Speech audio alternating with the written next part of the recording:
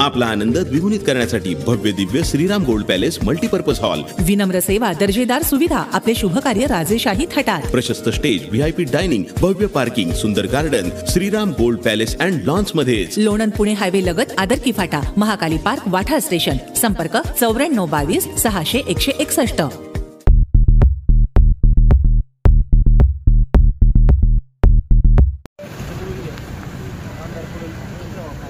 पलीकडे जावा तुम्ही.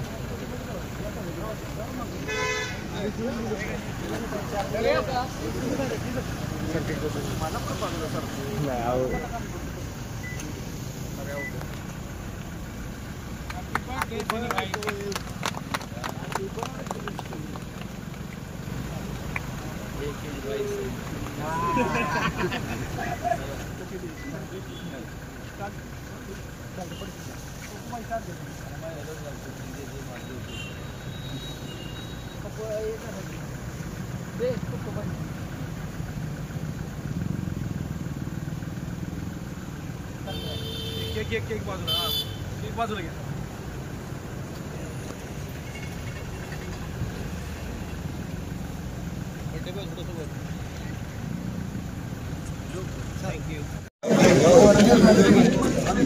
जावा लवकर पुढे पुढे गोडोलीकर.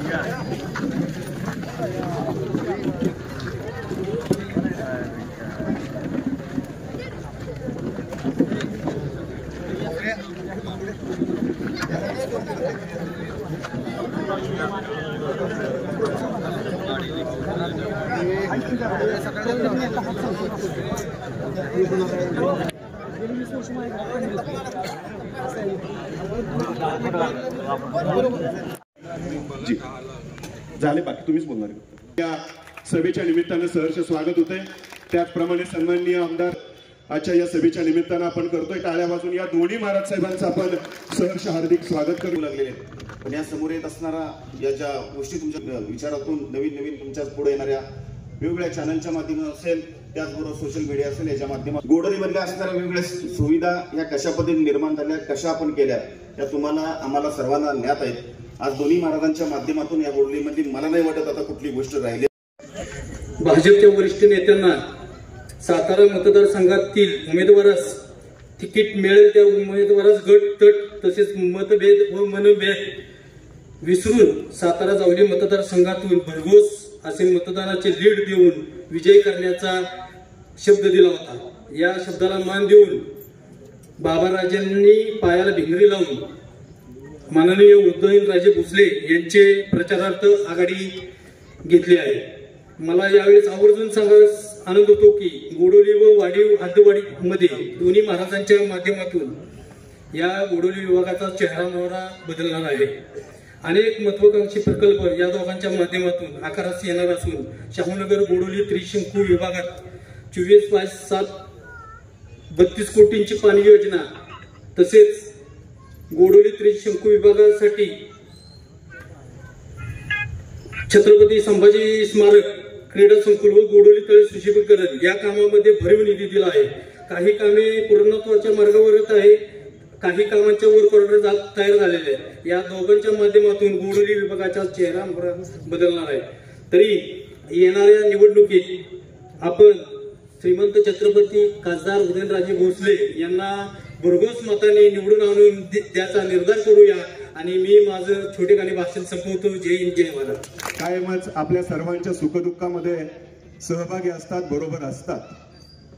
मात्र आज गोडोली गावामध्ये सन्माननीय खासदार श्रीमंत छत्रपती उदयनराजे भोसले महाराज साहेब यांच्या प्रचाराच्या निमित्तानं आजची ही सभा मुद्दामून गोडोली गावामध्ये आयोजित केलेली आहे. तुम्ही केलं महाराज साहेबांच्या समवेत विराजमान असलेले गोडोली गावचे सुपुत्र, विद्यमान नगर मंचावर उपस्थित असलेले गोडोली गावचे दुसरे सुपुत्र, गोडोली गावामध्ये मी असेल, शेखर मोरे पाटील असेल, आम्हाला कुठल्या ना कुठल्या गोष्टींची खंत होती. ज्या गोष्टी आम्हाला पूर्ण करायच्या होत्या त्या पूर्ण वेगवेगळ्या माध्यमातून केल्या, वेगवेगळ्या पद्धतीनं विकास निधी, मग खासदार निधी असेल, आमदार निधी असेल, याच्या माध्यमातून केल्या. नगर परिषदेच्या माध्यमातून रोजच्या दैनंदिन सेवा सुविधा मिळतच असतात.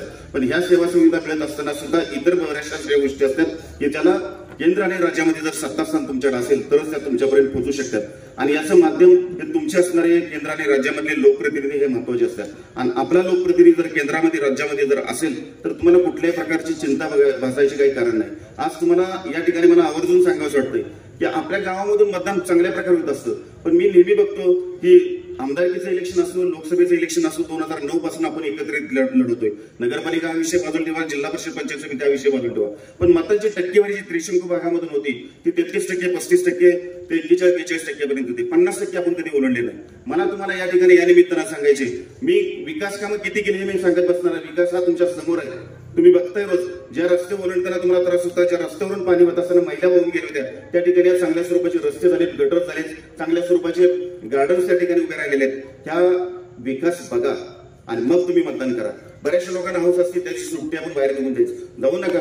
हा तुमच्या विकासाचा विकास तुम्हाला जर पुढे न्यायचा असेल तर तुम्हाला त्या दिवशी मतदान करणं आवश्यक आहे। आज बरेच लोक या निमित्ताने यायला लागलेत शहरामध्ये आणि तुम्हाला सांगायला लागलेत आम्ही हे करतो ते करतो, काही करू शकत नाही। आज किती तुम्ही मतदान केलं काही केलं विरोधकांना तर ते सत्तेत जाऊ शकत नाही, सत्तेचे भागीदार होऊ शकत नाही। ज्या ठिकाणी सत्तेचे भागीदार होऊ शकतो त्याच उमेदवाराच्या पाठीमागं आपण असणं अत्यंत आवश्यक आहे। त्याच्यामुळं आज राज्यामध्ये आणि केंद्रामध्ये जर आपल्याला आपले दोन्ही उमेदवार ताकदीनं जर उभे करायचे असेल तर त्यांच्या पाठीमागं आपला मतदानाचा अधिकार, आपल्या मतदानाचा आशीर्वाद त्यांना असणं अत्यंत आवश्यक आहे।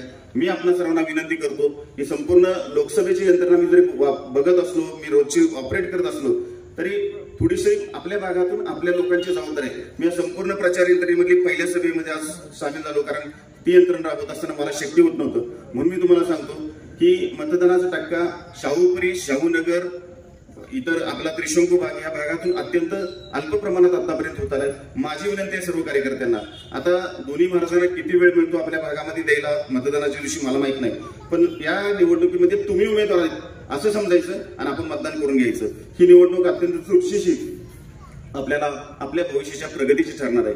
त्याच्यामुळे पुन्हा एकदा मी पुन्हा सर्वांना आपल्याला विनंती करतो की आपण या सर्व गोष्टीचा विचार करून आणि कुठल्याही प्रकारचं मन भेद मनात न ठेवता आपण चांगल्या स्वरूपाचं काम करायला अशी अपेक्षा तुमच्याकडनं व्यक्त करतो। शेखर मोरे पाटील, मी आज तुम्ही गैरसमज करून घेऊ नका, मागच्या झालेल्या वैरोनाथाच्या यात्रेमध्येच आम्ही दोघांनी एकत्रित गुलाल उधळलेला आहे, त्यामुळे तुम्ही टेन्शन घ्यायची काही कारण नाही। आम्ही एकत्रच आहोत, दोघं एकत्रित आम्ही काम करतोय, पण टेन्शन कुठलंही घेऊ नका आणि कामाला लागा, कुठलाही गट तट मनामध्ये घेऊ नका आणि या पद्धतीने जर काम केलं तर आपलं गाव अजून प्रगती पथावरती जाऊ, कारण गाव आणि शहर यामधलं फरक लक्षात येत नाही। आज आपल्याला तो फरक निर्माण करायचे या माध्यमातून। म्हणून पुन्हा एकदा विनंती करतो की बॅलेट पत्रिका जी आहे या गेल्या 4 झालेल्या आपल्या निवडणुकीच्या ह्याच्यामध्ये बॅलेट जे पत्रिका आहेत त्या 2 आहेत त्या ठिकाणी, एकावरती 16 उमेदवारांची चित्र आहेत आणि एकावरती फक्त नोटाचं चिन्ह आहे। अशा 2 मजली त्या ठिकाणी असणार आहे। ज्या ठिकाणी नोट आहे तिथं एकच हे, तिथं तुम्हाला जायचं काही कारण नाही आणि जिथं 16 बटन आहेत त्या ठिकाणी म्हणतात 2 नंबरचं बटन महाराज साहेबांचं बटन आहे, ते बटन आपल्याला दाबायचे आणि महाराज साहेबांना प्रचंड मतानं निवडून द्यावी ही मी अपेक्षा व्यक्त करतो आणि थांबतो। जय हिंद, जय महाराज। मी आपल्याला एवढं सांगतो की बंधूंनो, ही लोकसभेची निवडणूक आहे। आपल्याला ही लोकसभे किंवा एक मोठा दृष्टिकोन, एक वेगळ्या नजरेतनं आपल्याला या निवडणुकीकडे बघणं गरजेचं आहे। आज या निवडणुकीतनं आपण भले आपल्याला मोदींना मतदान करता येत नसेल थेट, पण एक लक्षात घ्या, उदयनराजेंच्या कमळाच्या समोरचं बटन दाबून तुम्ही मोदींनाच मतदान करता हे लक्षात घेतलं पाहिजे, कारण उद्या सरकार स्थापन होणार आहे भाजपचं, नरेंद्रजी मोदी हे पंतप्रधान होणार आहेत, ही वस्तुस्थिती आहे, देशातली वस्तुस्थिती आहे। जगात सगळ्यांना, जगभरामध्ये सगळ्यांना माहिती आहे की मोदी हे जूनमध्ये पंतप्रधान पदाची शपथ घेणार आहेत। आणि असं असताना प्रवाह देशातला आपण सगळा बघत असताना, सगळं आपल्याला कळत असताना आपला खासदार हा सत्तारूढ पार्टीचा किंवा सत्तारूढ बाजूचा असला पाहिजे, तर आपल्याला हक्कानं कामं ही केंद्र सरकारकडनं आपल्या मतदारसंघातली जी आहे ती आपल्याला करून घेता येतील, आणता येतील, ही वस्तुस्थिती आहे।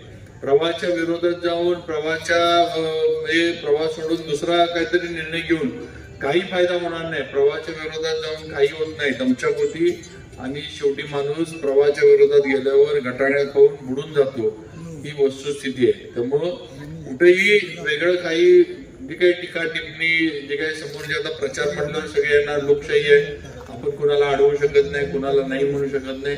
अशा याच्यामध्ये जे सगळी आपल्यापर्यंत लोक येतात त्यांचा आपण कितपत विचार करायचा ह्याचा कुठेतरी मतदार म्हणून आपण विचार केला पाहिजे. मी मगाशी रविवार पेठेमध्ये बोललो, इथं सुद्धा आपल्याला एक विनंती करतो की आज जे महाविकास आघाडीचे उमेदवार आहेत शिंदे साहेब, हे आपल्या सातारा जिल्ह्याचे पालकमंत्री होते, वकील आपले व्यंकटराव. तुम्ही पण विचार करा, तुम्ही हे सगळे हे शिंदे साहेब हे पालकमंत्री होते. जिल्ह्याचं ठिकाण सातारा आहे. शिंदे साहेब मला वाटतं 1.5-2 वर्ष पालकमंत्री होते, 2 वर्ष होते त्यावेळेला राष्ट्रवादीची सत्ता होती. मी पण राष्ट्रवादीचा आमदार होतो. मला एक तुम्हाला सगळ्यांना प्रश्न विचार की इथं बसलेला कुणीही विचार करून सांगा की पालकमंत्री असताना शिंदे साहेबांनी पालकमंत्री म्हणून सातारसाठी दिलेलं एक काम तुम्ही सांगा. तुम्हाला कुणाला आठवलं, आज आठवलं, उद्या आठवलं तरी उद्या मला फोन करून सांगा. हे पालकमंत्री असताना जिल्ह्याचं ठिकाण, हेडक्वार्टर ज्याला आपण म्हणतो जिल्ह्याचं, एक पण काम आज पालकमंत्री म्हणून त्या काळामध्ये आपल्यासाठी दिलेलं पालकमंत्र्यांनी हे आपल्या आठवणीत येऊ शकत नाही. ही वस्तुस्थिती आहे. मग त्यांना मत मागायचा अधिकार किती आहे हे आपण कुठेतरी विचार केला पाहिजे. आज सातारा शहर आणि प्रामुख्यानं हद्दवाढीचा जो सगळा भाग आलाय, शाहूनगर असेल, विलासपूर असेल, ही हद्दवाढ आपण करून घेतली. आज कोट्यावधीचा निधी राज्य शासनाच्या माध्यमातून या हद्दवाढीच्या सगळ्या याच्यामध्ये आलाय. आज रस्ते झालेत, आज पिण्याच्या पाण्याच्या योजनेचं नवीन काम सुरू झालेलं आहे. आज 32 कोटीची जी आता पाटलांनी सांगितलं, 32 कोटीची योजना या संपूर्ण परिसरासाठी नवीन योजना आता शासनाच्या माध्यमातून मंजूर होऊन तिचं काम पण आता सुरू झालंय. नाही ते पूर्णत्वाला पण जाईल.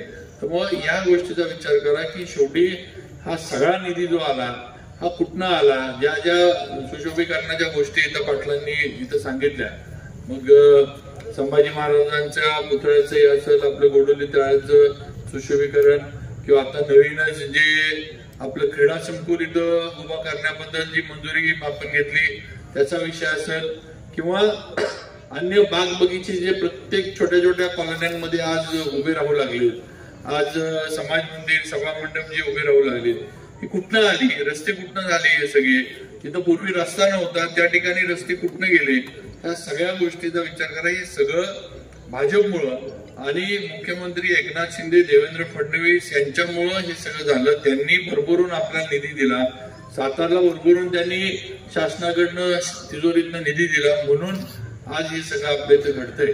आणि मग आता आपल्याला ज्यांनी आपल्याला दिलं त्यांना परत देण्याची वेळ ही मताच्या माध्यमातून आलेले हे लक्षात घ्या. आज टक्केवारीबद्दल आपलं जे मताची टक्केवारी कमी पडती त्याबद्दल बनकर साहेब बोलले, पण मला त्याच्यावर पण आपल्याला सगळ्यांना विनंती करायची की जी बूथची रचना आहे ती बनकर साहेब, तुम्ही, शेखर पाटील, फिरोज वगैरे या सगळ्यांनी बसून, व्यंकटराव असतील, सगळी मुलं आता येत आहेत, सगळ्यांनी बसून, आपला विजय वगैरे सगळ्यांनी बसून ती बूथची जी काही रचना आहे ती तुम्ही जर नीटनेटकी केली, ज्याप्रमाणे भारतीय जनता पार्टीनं 30 जण एक नियमा वगैरे सगळं सांगितले, हे तुम्ही जर केलं तर 100% आपली मताची संख्या जी आहे, मतदानाची संख्या वाढणार आहे. ही वस्तुस्थिती आहे. आपण ते ऐकतो आणि आपल्याला वाटतं यात काय एवढं हे नाही, करायची काही गरज नाही, आपण नेहमीसारखं बूथ मतदान असेल त्याच्या आदल्या दिवशी चिठ्ठ्या वाटू आणि दुसऱ्या दिवशी बूथवर बसू आणि मग लोकमताला आले की आतनं मतदार यादी आणायची आणि हुडकून आणा, हे त्याच्यामध्ये होत नाही. तुम्ही तेवढे ठराविक जे त्यांनी घालून दिले की एका पानावर असणारी घरं जी असतील तेवढीच घरं एकानं बघायची, तेवढ्यावर लक्ष ठेवायचं, त्यांनाच भेटायचं, तेवढीच मतं आणायची आणि त्यानं त्याच्या कामाला निघून ठेवले. त्यानं दुसऱ्या पानावरची मतं पण आणायची नाही. आणि एका पानावर जर बघितलं तर माझ्या माहितीनं 30 मतं फक्त एका पानावर असतात. आणि 30 मतं म्हणजे किती, 4 ते 5 घरांमधनं असू शकतील, 6 घर जास्त म्हणजे 30 मतं म्हणजे 6 घरां, अगदी घरातली 4 मतं जरी म्हटले तरी 5-6 घरांमध्ये 30 मतं झाली. म्हणजे एका माणसानं फक्त 5 ते 6 घरं, एका कार्यकर्ता ज्याला आपण म्हणू त्यांना बघायचे, 7वं घर सुद्धा त्यांना बघायची गरज नाही. आणि तेवढंच मतदान होतंय का नाही, झालंय का नाही, हे मतदान आपल्या बाजूचं आहे का विरोधातलं आहे, हे मतदान न्यूट्रल आहे का, की ज्याला आपल्या बाजूनं वळवता येईल, एवढा अभ्यास फक्त आपल्याला त्या पन्ना प्रमुख जे म्हटलं जातं किंवा बूथ प्रमुखानं जे त्यानं तेवढा करायचं, एवढाच विषय. आणि हे तुम्ही केलं तर 100% मी तुम्हाला हे देतो की सातारा शहरातलं सगळं जी मताची टक्केवारी आहे ती फार मोठ्या प्रमाणावर वाढेल. आणि जे लीडची आपण भाषा सगळेजण आपण करतोय ते लीड हे जर आपण बूथची रचना प्रभावीपणे राबवू शकलो तर ते लीड सुद्धा आपण सातारा शहरातून मिळवू शकतो, ही वस्तुस्थिती आहे. आज इथं तसं पाहिलं तर विरोधी महाविकास आघाडीचं फार काही साताऱ्यामध्ये शहरामध्ये किंवा इथं फार कोण मोठे कार्यकर्ते त्यांच्या मागे आहे किंवा त्यांची काही यंत्रणा आहे असं काही नाही. एवढं असताना आपण कमी पडून चालणार नाही.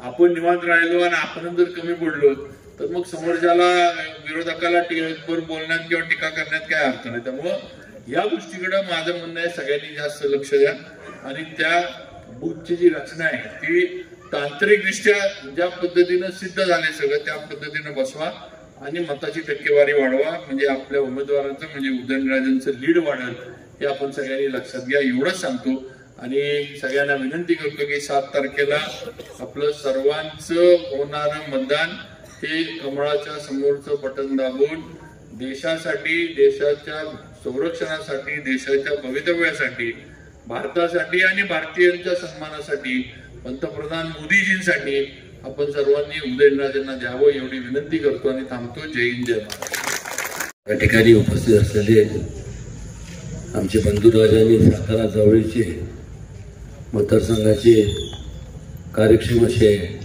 आमदार शिवेंद्रराजे, वेळ अभावी सगळ्यांच्या नावाचा उल्लेख करणार नाही, सन्मान्य व्यासपीठ आणि माझ्यासमोर उपस्थित आपण सर्व लोकशाहीतले राजे, माझ्या अगोदर ज्या वक्त्यांनी आणि खास करून शिवेंद्रराजेंनी विस्तृतपणे पण मोजक्या पण विस्तृतपणे त्यांनी त्यांचं मनोगत व्यक्त केलं. या ठिकाणी आवर्जून मला तुम्हाला सांगावंसं वाटतं, विकासाची कामं ही यादी जर वाचायला लागलो तर तोपर्यंत वेळ निघून जाईल, म्हणजे 10 वाजतील. एवढे कामं शिवेंद्रराजे आणि माझ्या माध्यमातून आणि ते देखील विनम्रपणे आम्हाला दोघांच्या वतीने सांगतो की तुम्ही आम्हाला दोघांना संधी दिली म्हणून आम्ही हे करू शकलो, हे आवर्जून विनम्रपणे या ठिकाणी मला सांगावंसं वाटतं. आणि तुम्ही जो विश्वास आमच्या दोघांवर ठेवला त्या विश्वासाला तडा जाता कामा नये यासाठी आम्ही नेहमी त्या पद्धतीने वागलो. आज आपल्याला माहिती आहे की जेव्हा आपण विकास कामाच्या बाबतीत बोलतो तेव्हा विकास कामं होतात कधी, जेव्हा स्टेबिलिटी असते, जेव्हा स्थिरता असते. जेव्हा स्थिरता असते त्यावेळेस संपूर्ण एक नियोजनबद्ध कार्यक्रम जेव्हा आपण आखतो तो आपल्याला अंमलात आपण आणू शकतो. आज भारतीय जनता पक्ष आणि सर्व त्यांचे मित्रपक्षांच्या त्यांच्या जर नियोजनाचं बद्दलचं बोलायचं झालं तर केंद्र शासनाच्या माध्यमातून आणि राज्य शासनाच्या माध्यमातून या संपूर्ण महाराष्ट्रातल्या वेगवेगळ्या जिल्ह्यातल्या वेगवेगळ्या तालुक्यामध्ये, शहरांमध्ये, गावांमध्ये मोठ्या प्रमाणावर विकास कामं मार्गी लागलेली आपल्याला पाहायला मिळतात. ही वस्तुस्थिती आहे.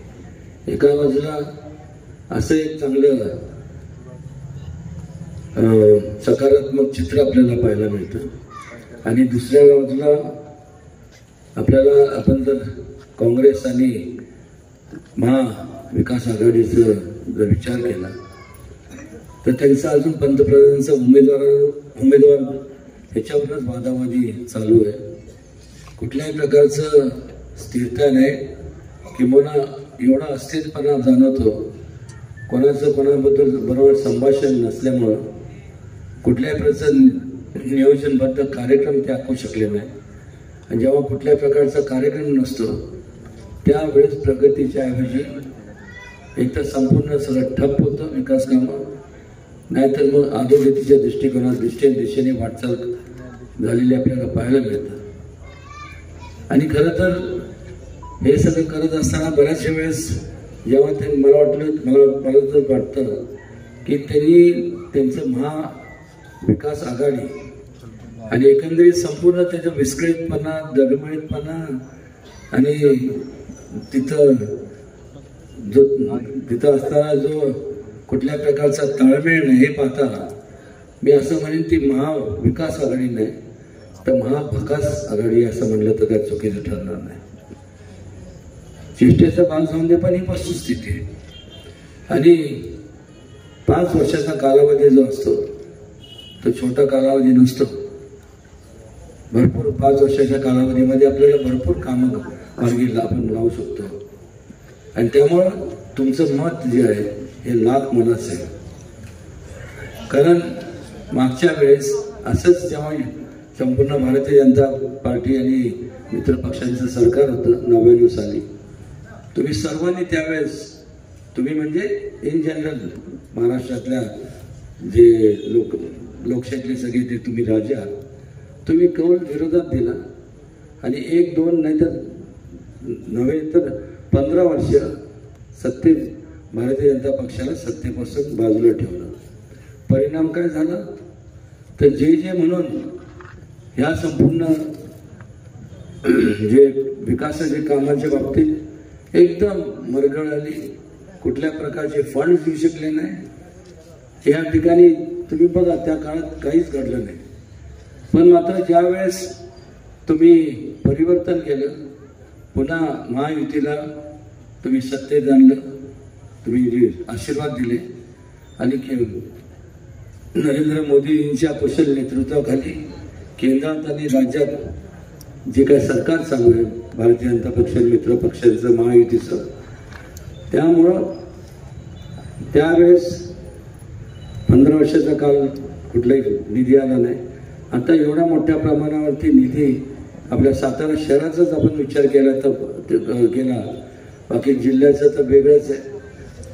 मला आवर्जून सांगावं वाटतं की या 5 वर्षामध्ये आम्ही जो काढलेला हे म्हणजे संपूर्ण खासदारकीच्या मतदारसंघात 9,995 सगळे 95 कोटी म्हणजे जवळपास 10,000 कोटीचा निधी वेगवेगळ्या कामासाठी ह्या संपूर्ण जिल्ह्यात आलेला आहे.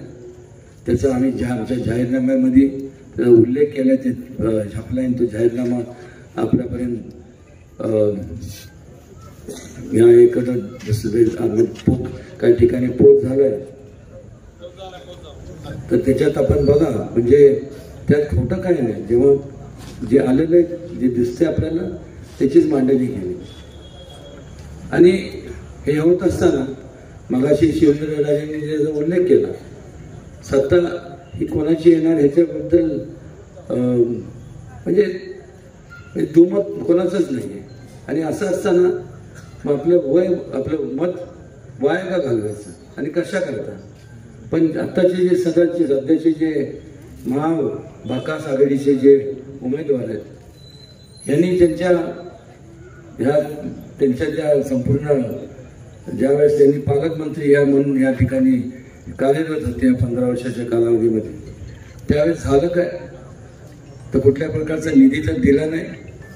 किंबहुना आज नैतिकदृष्ट्या त्यांना कुठल्याही प्रकारे केवळ हितच नाही सातारा शहरात नाही तर या संपूर्ण सातारा लोकसभा मतदारसंघात कुठेही जाऊन मत मागण्याचा अधिकार याच्याकरता नाही की त्यांच्याकडे सिंचन खातं होतं म्हणजे इरिगेशन खातं होतं.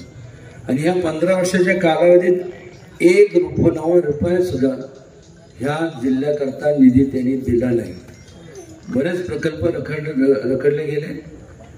त्याबरोबर पिण्याच्या पाण्याचा प्रश्न तसाच प्रलंबित राहिला. शेतीच्या पाण्याचा प्रश्न सुद्धा मार्गी लागला नाही. पण ज्यावेळेस सरकार बदलल्यानंतर आज तुम्ही पाहता की एकदम जमीन आसमानचा फरक पाहायला मिळतो. ठिकठिकाणी मोठ्या प्रमाणात केंद्र शासनाच्या आणि राज्य शासनाच्या माध्यमातून निधी ह्या संपूर्ण जिल्ह्याला ह्याच जिल्ह्याला का महाराष्ट्रभर ज्या ज्या ठिकाणी संपूर्ण पाण्याशी संबंधित जे काही प्रोजेक्ट्स आहेत त्याच्याकरता भरपूर निधी देण्यात आला. आणि आज त्याच्यामुळं आज एक प्रकारचा मोठा दिलासा लोकांना मिळाला, शेतकऱ्यांना मिळाला. आणि ज्या लोकांना मला एक समजत नाही की वारंवार जे सांगितलं जातं की आम्ही रडीचा डाव खेळतो, रडीचा डाव आम्ही खेळतच नाही, ती आमची परंपरा नाही आहे. पण ह्यांनी काय खेळत तर लोकांना रडवण्याचा डाव खेळ.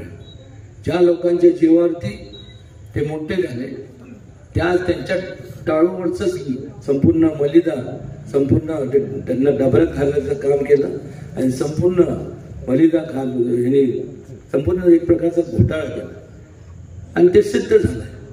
आज मला सांगा नैतिकदृष्ट्या जबाबदार म्हणजे कुठलं म्हणजे लोकांसमोर जात असताना एका बाजूला तुम्ही एका बाजूला शिष्टाचार आणि एका बाजूला भ्रष्टाचार.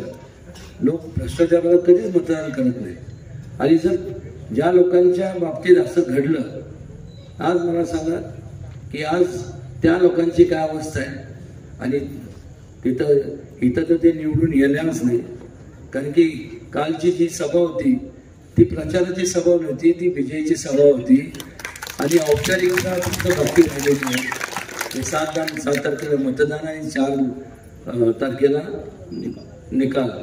हे जरी बरोबर असलं तर मगाशी शिवराजेशी म्हणाले आणि महत्वाचा मुद्दा आहे लक्षात घ्या. उन्हाळ्याचे दिवस आहेत आणि त्यामुळं संपूर्ण नियोजन या संपूर्ण मतदार आणायचं ते आम्ही संपूर्ण करू. पण त्या भागातले म्हणजे इथले जे सगळं तरुण जे वर्ग आहे आपण तुमच्या एरिया वाईज फक्त तुम्ही जरी तेवढं सांभाळलं तरी चिक्कार झालं. आणि मी आपल्याला एक शब्द देतो की ह्या संपूर्ण केवळ ह्या निवडणुकीपुरतं मी हे बोलत नाही. भविष्य काळात जेव्हा आमदारकीच्या निवडणुका जाहीर होतील त्यावेळेस 6च्या 6 आमदारकीच्या मतदारसंघात प्रत्येकाच्या करता जेवढं मी माझ्या खासदारकीच्या माझ्या स्वतःच्या निवडणुकीत जेवढा मी कष्ट घेतोय तेवढंच किंवा जास्त कष्ट मी सगळ्यांसाठी घेणार आणि आणि त्याचबरोबर एक विचार माझ्या मनात आला की त्यानंतर लोकांच्या मनात विचार येणं स्वाभाविक आहे की पुढं स्थानिक स्वराज्य संस्थेच्या बाबतीत मग काय स्थानिक स्वराज्य संस्थेच्या बाबतीत त्या ठिकाणी जो मला वाटतं म्हणजे ह्याच्यावर चर्चा होऊ शकते.